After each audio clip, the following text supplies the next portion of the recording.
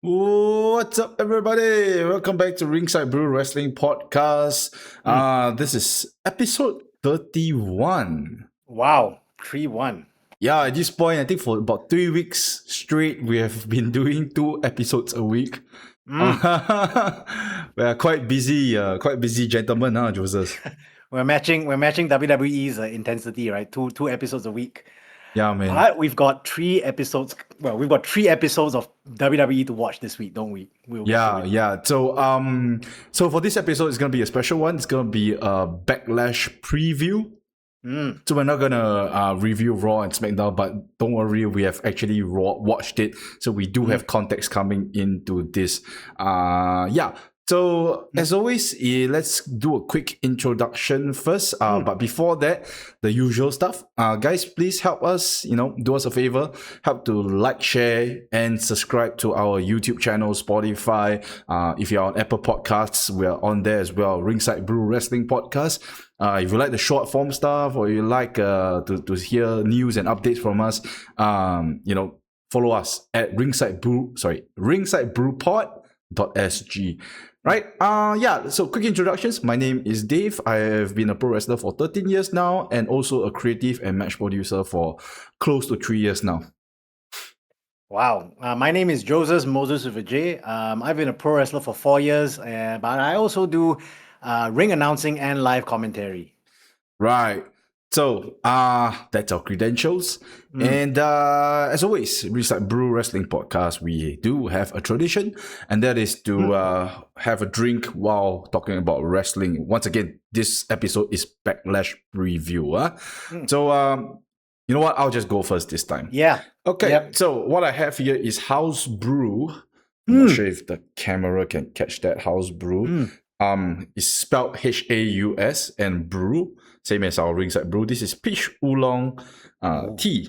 I've seen this around for quite some time already, but I had never really had all their flavors. I believe they also have some milky options as well. I don't quote me on that because I see them in stores, but I've never picked them up. But yeah, this would be the first time. Nice. Yeah, peach oolong. How about you, Joseph? Another first for me. So I'm doing beer actually tonight.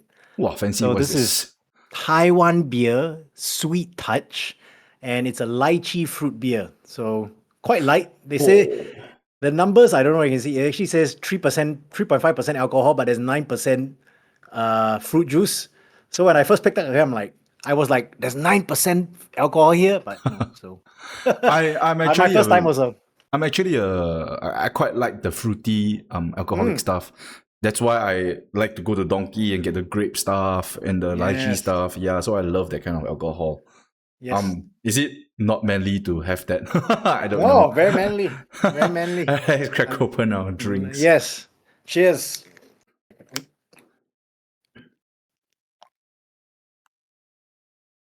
Oh wow. Strong. How's it? Strong. It's definitely way stronger than anticipated. Okay. So, surprisingly, this has 44 calories per serving. Which this is 2 servings, which means this is 88 calories. Sugar, I'd say it's about 20 grams. Yeah. Okay. Yeah. So not the best, but not bad. It is lower in sugar already, so I'm not gonna complain. It does wake you up a little bit, which is sufficient for this podcast. I like the taste, but I wouldn't recommend having it late night. Okay. This is nice.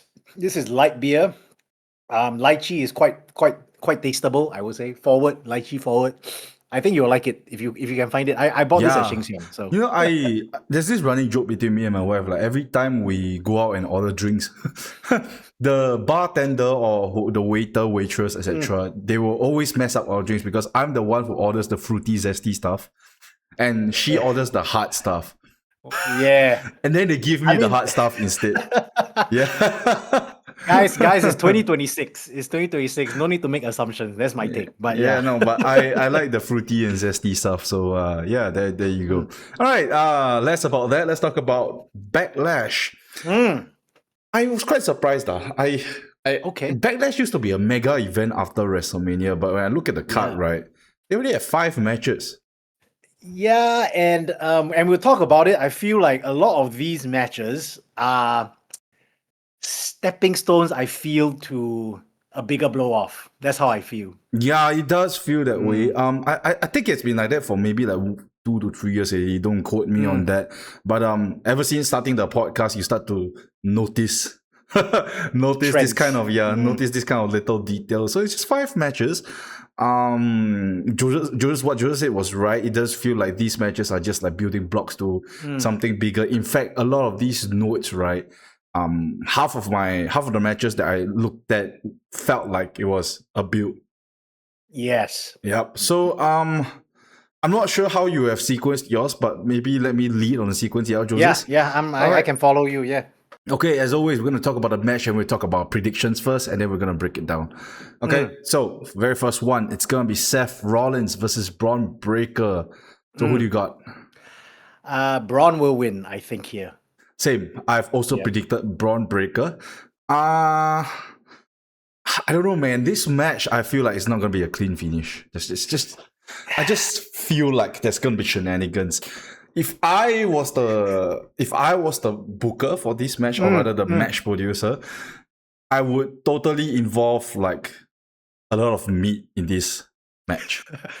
It feels like that. I mean, I've just come off fresh. We've just come off fresh from watching Raw, and at the end of the episode, so we're not going to get into Raw, right? I don't want to get into Raw too much, but at the end, Street Profits are definitely entangled with the Vision now.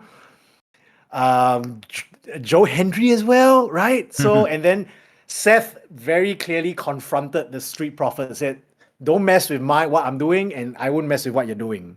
Yeah. Which is a very clear calling card, like, Backlash, there's gonna be something. I don't know. I'm sure.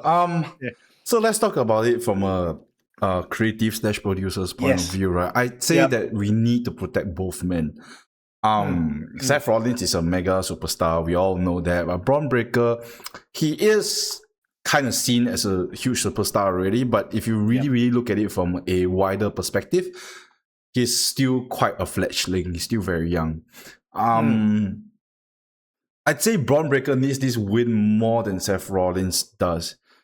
And you can still justify Seth Rollins losing via shenanigans. And what are those shenanigans? Simply, the Vision getting involved and then the Street Profits getting involved. We may or may not get Joe Hendry getting involved. That would be quite random. Joe Hendry in this entire feud, it feels like do you know that Godzilla meme? Was it King Ghidorah? Do you know your monsters? A little bit. King Ghidorah is not the moth, not moth, right? King Ghidorah. No, King Ghidorah. Okay, actually, I don't want to say I'm very good at monsters, but it's basically a three-headed dragon. Okay. I think it's King Ghidorah.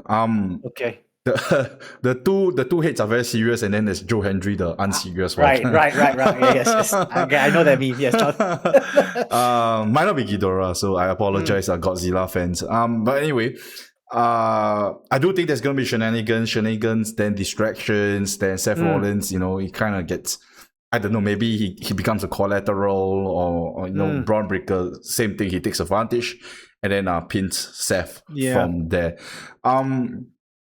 I would sorry, you go ahead. Yeah. So I agree about the shenanigans because they're signposting it. Personally, I feel like this feud doesn't need shenanigans. Logically, it does. It leads to shenanigans, right? The Vision getting involved. But I don't, because two of them, Braun Breaker and Seth Rollins, the way they're building it right now, I love the intensity. It's almost a subdued intensity. And that makes me want to watch already. So, yeah, I see why shenanigans can be here, but I don't necessarily want it. Okay, so again, exercising my creative mind. This is what we said earlier, one of those matches that it feels like a build towards something. And to have shenanigans, right? Obviously, someone's gotta lose not clean, right? Yeah. And that gives them motivation and justification to kind of like continue the feud. And because this match doesn't feel like a blow-off match, because it's only like one show, I feel like the feud is definitely intense and it should blow off in a bigger match. So we could possibly maybe see a steel cage match, don't bring your Vision and I don't bring the Street Profits. Let's settle this one-on-one kind of shtick. So definitely I would think that I would see a Seth Rollins versus Braun Breaker number 2, and then that's where Seth goes over. Then Braun Breaker, it doesn't matter. He can come really, really close. He doesn't have to, win the second match, because he can always win the Money in the Bank after that, and then, it's a big deal already. Yeah, we did. Okay, yeah.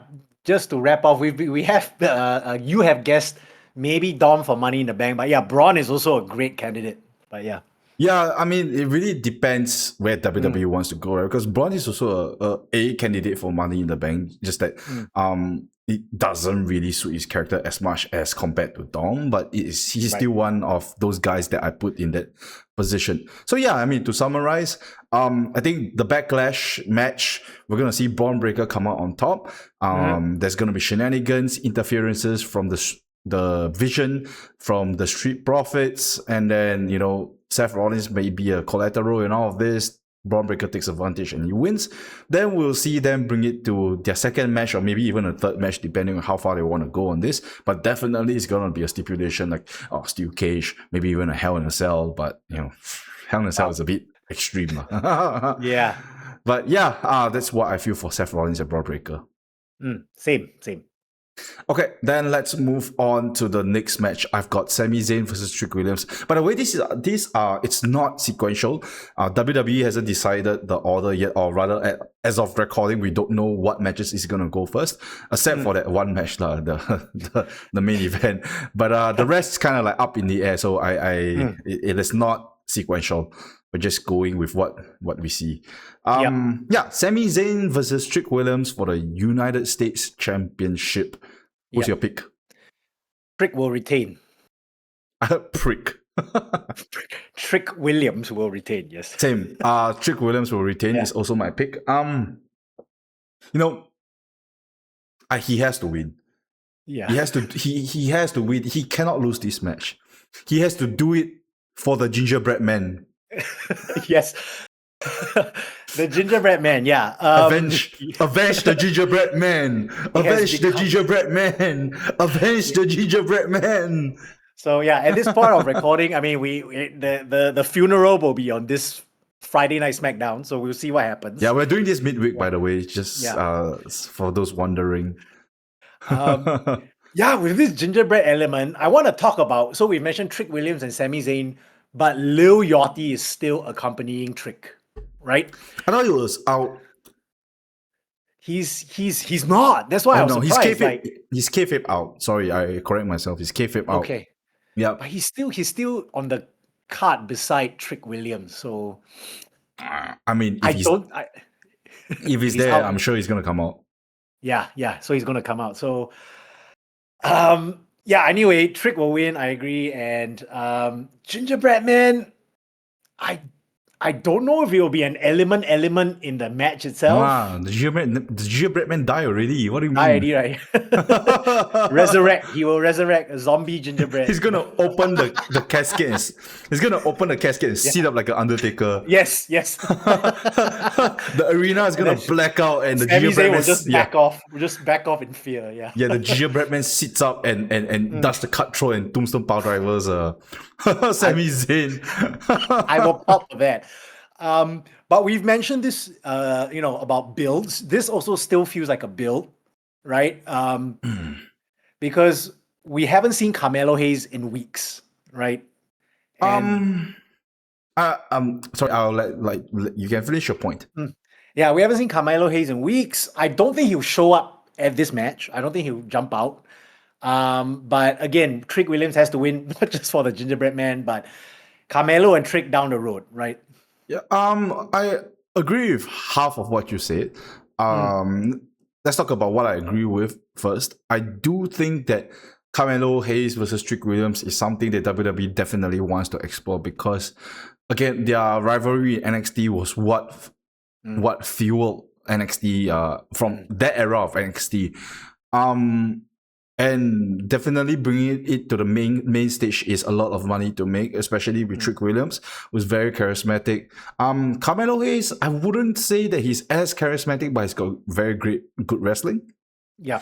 So I would say definitely down the road, yes. But we talk about a Sami Zayn versus Trick Williams again. I don't think that's gonna happen.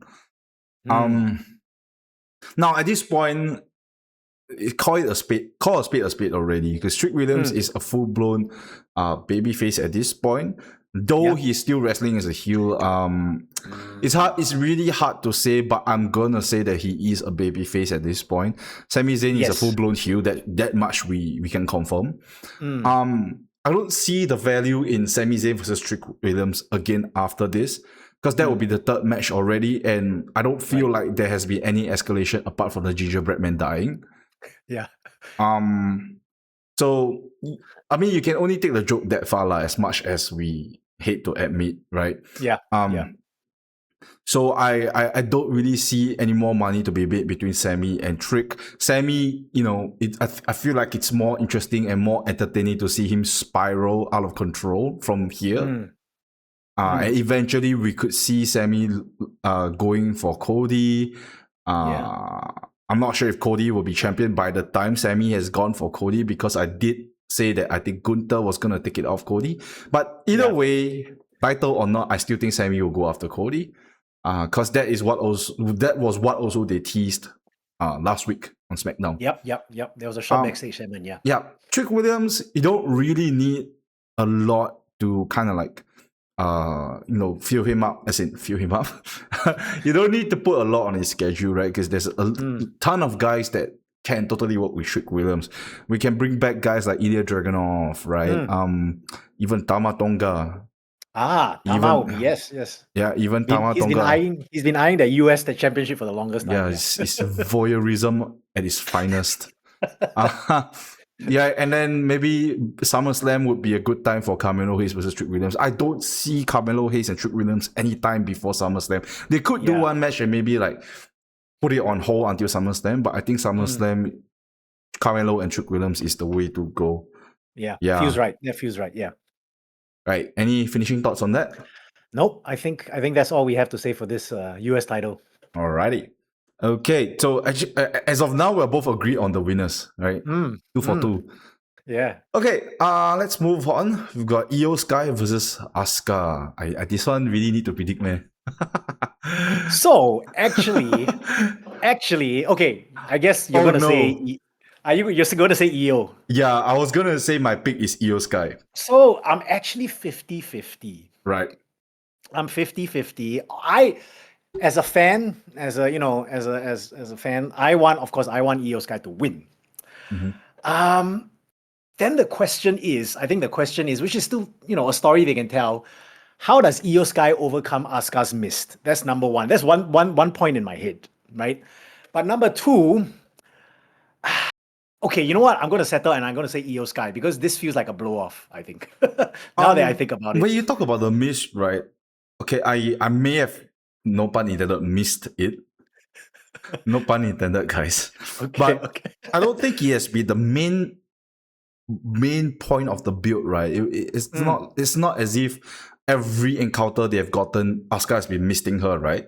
Yeah. So I wouldn't say that the avoiding the mist or diffusing the mist problem is the main point of the match. In fact, I think we're missing something here, because the mist is a tool to make Asuka look dangerous, but it's never the main story plot. The main story plot here is Io being ungrateful, being ungrateful to Asuka, right? But obviously we all know, every fan out there know, this was all because of fighting for the custody of Kairi Sane, basically. Yes. With Kairi Sane out of the picture now, they have to shift a little bit more towards Io being an ingrate. So the more Kairi is out of the picture, the more I kind of agree with Asuka, but well. Okay, I'm going to say that. Process that. I haven't had time to process that, but okay, but no, you know why? Because her gaslighting is working. Ooh. This is true mind games. Yes. Yeah, it's the true mind games. But anyway, sorry, didn't mean to derail there. Yeah, so it does feel like a blow-off match, because I do feel like they want to move on from this already. I don't think it was ever meant to be a serious storyline. Even before Kairi left, I feel that they were unsure whether or not they wanted to go with this story. All right. I think for more obvious reasons is because they weren't sure whether or not Nikki Bella and Brie Bella was gonna be, at WrestleMania. So they were trying to withhold the Kabuki Warriors, and I thought that was damaging to the Kabuki Warriors because they had to stand by. But given that even before that, like 1 month out of WrestleMania, they kind of started to build it a little bit. So they weren't really confident to begin with. So it's not entirely, because of the Bellas, right? I think they want to close this off as soon as they can. Yeah. So definitely after this, I think EO is gonna probably go for like, I don't know, the Intercontinental title, because that I would like to see. The main title, I'm not too sure. I think she can sit out of it for a little while because her popularity can absorb that kind of downgrade. Yeah. There's probably a mid-card title. I agree. The EO will chase. I do feel like there's some rumblings lah. I don't know if it's Delulu rumblings or real rumblings, but I'm leaning more towards Delulu that WWE wants Kairi Sane to come back for one night only to finish the story. I've read that. I'm leaning on Delulu, but it'll be nice. But I'm not gonna hold my breath. It feels very far-fetched. Like I would, at this point, if you bring Kairi Sane back, it will just, add unnecessary expectations. Yeah.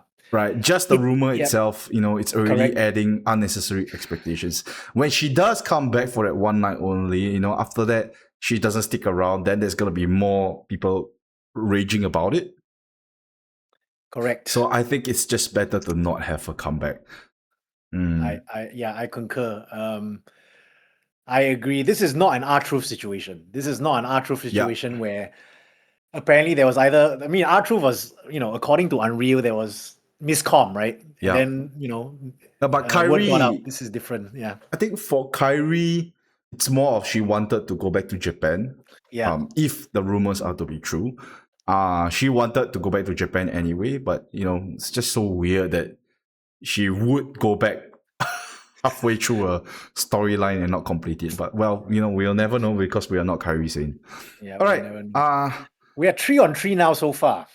You decided on EO. I changed my mind because when I was reasoning it out, but we're 3-on-3. Cannot be. I say something that you change your mind. No. I reasoned it out myself as I thought. Okay, let's talk about the next match. This one is gonna be a gimmick match for sure. Yes. It's Danhausen and his mystery partner taking on the Wilson. Kit Wilson. Taking on the Miz and Kit Wilson. Sorry about that. I botched it. Winner obviously is gonna be Danhausen and company. Danhausen. Yes, I agree. Yep. Let's talk about the mystery partner. You said CM Punk. Go on. I sat down today thinking about it. I thought maybe Joe Hendry, CM Punk, maybe even some NXT guy they want to bring up. Yeah. But I haven't been watching NXT, so I can't say who I want to come up. So hard to say. But yeah. Hard to say. Who do you think it's gonna be? I think currently I'm actually drawing a blank, and I think CM Punk will be a nice twist. And you're right, CM Punk is he can handle a gimmick match at this point, right? Like his stature. So yeah. I don't know. I honestly don't know. I'm also, what I noted down today as well, thinking about this match, is I'm interested to see how they can push Danhausen's gimmick further, right? So we've seen that he can curse the referee. Now, if I'm Miz and Kit Wilson, if I'm trying to play 3D chess, I'm like, can I stop Danhausen from cursing out? Can I tape up his mouth or something? Right? But he does it with his fingers, no? He does, but he has to say it. You see, so that's another thing I would like explored in the gimmick, right? He can point. Is pointing good enough, or does he have to say it? That's number one. Right. Yeah, making me ask questions. That's good. Yeah. Exactly. Yeah. So I want them to develop the gimmick more. So firstly, if Danhausen doesn't use his words, is the curse effective? Number two, if I was Miz and Kit Wilson, what if I managed to get Danhausen to, because he like, there's a pause, right? And then finally, what if I push a mirror in front and he points at the mirror? Wow, this is some Uno reverse shit going on. Yes. Okay, So I think this is a perfect point to push the gimmick further. We'll see. So Joseph's exploring his creative match sports mind. I don't even know what to call it. His sport monkey brain. I have two reasonings for Joe Hendry and CM Punk, because I feel like these are the two people that I feel are the most what do you call it? Are the most eligible. Free? Eligible, yeah. Eligible. It could even be R-Truth, but I don't know. I mean, it'd be nice, but yeah. Okay, now why I say Joe Hendry is because Joe Hendry technically did have a run-in with The Miz. If you remember, you're running back to Christmas. Do you remember that? Oh, wow. Yeah.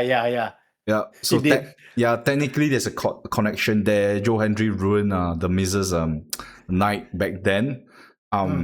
Now why I say CM Punk? Because they're just friends. Yeah, Danhausen Danhausen and CM Punk are just friends in real life. And CM Punk, you can kind of tell that he's on side quest mode, or for a more Singaporean flavor, ORD mode. He's not leaving the company, but yeah, he's a bit of ORD mood. Yes. He finished his tenure already. He now ORD mood already. So on course, right? Yeah. So obviously Punk, I don't know, right? We don't know. There's no clue lah. Yeah. I would say if you really want to do meta storytelling, I think Punk would be better. Why? It's because like there's no greater curse, right, than to see the most powerful opponent come down, descend from the skies. That's pretty mad, right? Because they can't imagine like the Miz and Kit Wilson. Maybe, you know what would be funny, right? It's over the next couple of weeks. Right. No, not next couple of weeks. This coming SmackDown. Yes. They spend the entire episode trying to get someone who is like a jobber to team with Danhausen. But then no one wants to join Danhausen because Danhausen is, powerful and scary, right? Right. He can curse you, yes. Yeah, no one wants to be a part of Danhausen's team. It'd be so funny. On the day off, right, we get CM Punk coming out. It's like the worst case scenario for Kit Wilson and Miz. I can see Kit already like, toxic, and then the Miz is just stomping around angry. Yeah, I can see it. I mean, that is how I book it lah, because I thought it would be quite funny. But yeah, 100% a easy match. It's gonna be like a house show match, gimmick and all. Definitely gonna be the blow off. I hope they blow off here, because I feel like they've already reached the climax already. If they continue from here, I think it's gonna get a little bit too repetitive. I agree. This is the second blow off match, I feel. Yep. In the card. Yeah. Okay, let's talk about the next thing. We did get an announcement about a John Cena announcement. So John Cena is going to be a Backlash. So this is not a match, right? This is obviously going to be a segment. I have no context whatsoever, or no clue remotely what's he going to say. What do you think this is going to be about? So online, people are guessing it's about this WWE club, which they've also been advertising, I think, last episode of SmackDown and this episode of Raw as well. What is a WWE club is unsure, so John Cena will come out and, I mean, he won't run the PowerPoint slide, but he's the equivalent of PowerPoint slide. He'll tell you what the WWE club is and whatnot, I think. Maybe that is interesting, but I feel like that is a waste of John Cena's appearance. I feel like it's gonna be way bigger than that. Oh, okay. Yeah, you can't be paying John Cena so much money to show up and talk about some club that's random and irrelevant. Okay, yes. Sorry. I agree. You know what? Let me just take that back, because I don't know what this club is. It could be a big deal. I don't know. I'll take that back. I'm a bit ignorant on that one. But I feel an announcement worth bringing John Cena in for could be the announcement of a big show. Or maybe like a big tour somewhere. Maybe WrestleMania in some other country, Saudi, UK, Australia, which is not that likely, but I think UK maybe, or Saudi, or like I said, a tour or new partnership. I would Right. say, yeah, I think a partnership feels a bit more likely. When you mean partnership, what do you mean by partnership? No, I mean like maybe they form a new partnership with a major broadcasting platform or Oh, what. okay, yeah. Then they say they want John Cena to announce it. It's like a TKO. This is 100% a TKO Yeah, appearance. no, This is it not is a yeah. because they were plastering his tweet, right? He announced that he's gonna announce something on by a tweet, Yeah. and John Cena doesn't tweet corporate. This is very corporate speak. Yeah. He's very, very corporate. So John Cena appearance is 100% a TKO appearance. So we gotta think business wise. So again, a tour, WrestleMania going overseas, and Right. maybe a partnership. Yeah, I highly doubt he's there to do some wrestling. He might, but I highly No, doubt. he's not gonna do a five knuckle shuffle or whatnot. No. Okay, let's move on to the main event of the evening. Yeah. This is Roman Reigns versus Jacob Fatu for the World Heavyweight Championship. Now, this is quite a touchy subject Oh. because over the week we had again rumors that Roman may not even be around until SummerSlam anymore. Yeah, So, there's online chatter. Yeah. so to I give read y'all that. context, if y'all haven't seen like the online chatter yet, basically there's a huge rumor going around that TKO. We all love TKO. The chatter is that TKO wants to restructure Roman Reigns' contract, Yeah. right? So apparently, because we all know that Roman Reigns is a huge superstar, he's getting paid a lot of money to appear, but the rumor here is that TKO feels that Roman Reigns is earning too much money based on the number of appearances he's doing, so they want to pay him less, basically, and Roman is not too happy about that. Yeah, I mean, restructuring is a funny word, isn't it? But yeah, Yeah, it's a fancy term. It's a fancy term for cutting your demotion. yeah, Yeah, it's a yeah, fancy term for demotion. So I would get upset too anyway. yeah. But yeah, so there's also confirmation. I'm not sure if this is confirmation, but Roman Reigns has been removed from some of the previously announced appearances that he's supposed to make in June. Yeah, I think yeah, some of the overseas ones, right? yeah. That's eagle-eyed IWC has noted that. I read that. Yeah, so again, to summarize, TKO tries to restructure Roman's contract. Roman is not too happy about it. There's also the fact that he has been removed from some of the previously announced appearances. So right now, I think the feel is that Roman might not stick around. And if Roman might not stick around, that would mean the result of Backlash, Yeah, right? That would mean that the result of Backlash could possibly change. Yeah. So I would say if Roman decides not to stick around, it's definitely gonna be Jacob Fatu winning this match. Right? Yeah, yeah. For the business reasons, of course. Right. But But if we put this entire debacle aside, no contract, no nothing, no TKO, I would say it's still gonna be Roman winning. absolutely, because narratively wise, this is not a blow off. We're not there yet, right? I still think this is a blow off. Okay. Okay, I can see why you feel that it's not gonna be a blow off. I can see that route as well. I won't agree or disagree with you because I feel like either way is fine. Right. Yeah. Okay. I see your point as well. I see your point because it's been a short build. This whole thing has only happened after WrestleMania. Yep. But we've already gotten to Tongan Death Claw being pulled out, right? It's a shitty move. I think I might have just insulted or offended the entire Samoan Both bloodlines are coming after you, knocking on your door. I'm sorry. I'm sorry, guys. I just hope that the cooler Joe who is also a Samoan doesn't come and find me. But anyway, I think I can see why you feel that this feud has not hit its climax yet because of the short build, as you said. I wouldn't mind it ends here as well because the way I see Jacob Fatu, right, is that I don't think he's at a point where he's ready to be main event champion. I agree. Right now, I'm not backpedaling my words on him. I feel that he should 100% be in the main event. He should be pushed towards the main event now, but he just barely broke into the main event right after WrestleMania. 1 month after breaking in, I'd say it's a little bit too soon. I think Jacob Fatu's character right now, the man who wants to put food on his table for his kids, right? The man who would do anything for his family, right?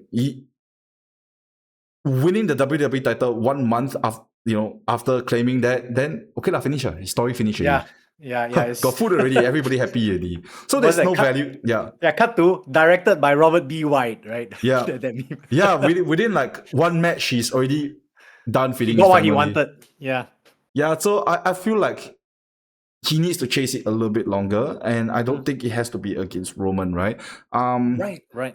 But yeah, what Joseph said was correct. We could drag it out for another show, which I think it's not a bad thing to do as well. Right? It is definitely not a regular match is definitely not going to stop Jacob, because we know the lengths that he'll go through, especially with Drew McIntyre, right? As shown. So yeah, either way is fine for me. Now, let's see. I wrote down some notes. Let me see if I'm not missing anything. I wrote almost like your big essay, chunk. is it? No lah, not an essay lah, but it's one big chunk lah. Okay. Now the second. Okay, again, let's. It's in the what do you call it? If let's say this TKO debacle is not happening, right? I said that Roman is gonna retain, and we talk about Jacob's end already. Let's talk about Roman. I feel like Roman, if he's not leaving earlier than what he announced, he initially announced that he's going to be around all the way to SummerSlam. You have essentially locked him in for X amount of money already. Yes. Right? So if you take the title off him, right, you don't make as much money as him being the champion, because once he's the champion, he gets to headline every show. Yeah. Right? If he's not the champion, then there's less reason for him to headline the show. Yep. And you don't sell that kind of tickets if it's not the main event. Right? If Roman's in the main event, basically what I'm trying to say is, if Roman is in the main event as champion, people tend to buy more tickets. Yeah. So there's more money to be made there. Creatively, I feel that, if Roman holds on to the title a bit longer, in fact, all the way to SummerSlam, right?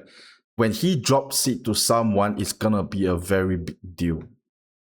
And it should be, yes. And it should be. So who has recently become a very big deal? Besides Fatu, wow. Who has recently become a big deal? Well, you tell me. I'm one beer down. Oba Femi.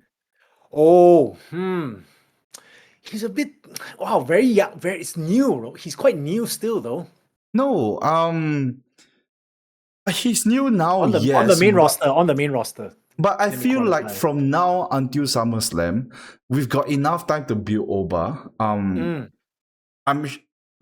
Right now, I think what WWE needs to do is to stop giving him random people. Hopefully they will, right? Hopefully they will. And put Oba up for a challenge. And once he conquers all these challenges, right, I feel like that makes a case so much better for him when he goes to Roman and takes it off Roman at SummerSlam. It's like Brock Lesnar defeating The Rock for the WWE Championship all the way back then, right? Brock was young. He was a breakout star. I think this is the exact same story WWE is trying to tell here, in the form of Oba Femi as Brock now and Roman as The Rock. Do you see the similarities? I see the similarities, and I agree that because where Oba is now with the story, where he can't go for a US title, he can't go for IC title. Yeah, he's just out there destroying everybody as Brock did back in 2001, 2002, right? So I think it's a parallel that I can draw from that storyline back then to what Oba Femi is doing now. And obviously Roman being the champion then and losing it to Oba Femi will be such a big deal. You have officially cemented Obafemi as the next big thing. Like no pun intended, obviously, right? The next big thing for the next at least 5 to 10 years. So I feel like there's a very, very huge fruit to be taken off the tree here. Yeah. I guess that's on creative and TKO's mind. Yeah, but square that circle. I guess if Roman is not around, then I guess Obafemi will be stuck in the eternal loop of open challenges. Yeah. They have to scramble. Yeah, but I still stand that, Jacob Fatu shouldn't be champion here, not yet. In fact, I would also list him as one of those guys to win the Money in the Bank. Oh, yeah. I think we've got 3 very strong candidates now for Money in the Bank. I agree. Yeah, so that's more or less it for the Backlash preview. So wait, who do we pick I think we all agreed on the outcomes. Well, so what's your pick for the last one then? The last event? one, I say not yet for Jacob Fatu. So Roman will retain at the end of Backlash. Okay, like if he doesn't get a demotion. I mean, that one is behind the scenes. We're guessing, but yeah. Yeah, obviously we hope that doesn't happen lah. I'm all for Roman going all the way to SummerSlam. He already paid for his time already. Might as well utilize the guy. All right, so thanks for tuning in, guys. This has been the preview of Backlash coming up this weekend. The next time you see us is the actual review for Backlash already. Yeah. I think it's gonna be maybe a Sunday, right? Sunday. Probably. But yeah, you know how you'll know when we release new episodes. Follow us. We are on Spotify, YouTube, and Ringside Brew. Sorry, let me repeat that. We are on Spotify, YouTube, and Apple Podcasts. Ringside Brew Wrestling Podcast. Search that up. If you prefer the if you prefer the short form content as well as updates, you can follow us on Instagram and TikTok. It is at ringsidebrewpod.sg. Now, we have also a community Discord channel. We also release our updates there, episodes and whichever. There's also a group of people who are talking wrestling in there. Come be part of it. How do you join it? Just now the Instagram I talked about. Go there, look at the bio. The Discord link is there for you to join. Just click on it and you'll be in. And then last but not least, we do have a donation platform. It's a Buy Me a Coffee page. So if you guys want to support us beyond just the like and shares and subscribes, you can donate us or rather sponsor us a drink to tide through the podcast. I've set the donation value to as low as the system allows me to already. So yeah. If you don't want to donate, that's fine too. As always, your like, share, subscribes, follows, all that kind of good social media stuff. It helps us to go a very, very long way. So yeah, please help us do us a favor for that one. All right. So it's been a fun one. We'll see you on the next episode. This is Dave signing off. And this is Joseph. All right. Have a good rest of the week ahead, guys. See y'all. Goodbye.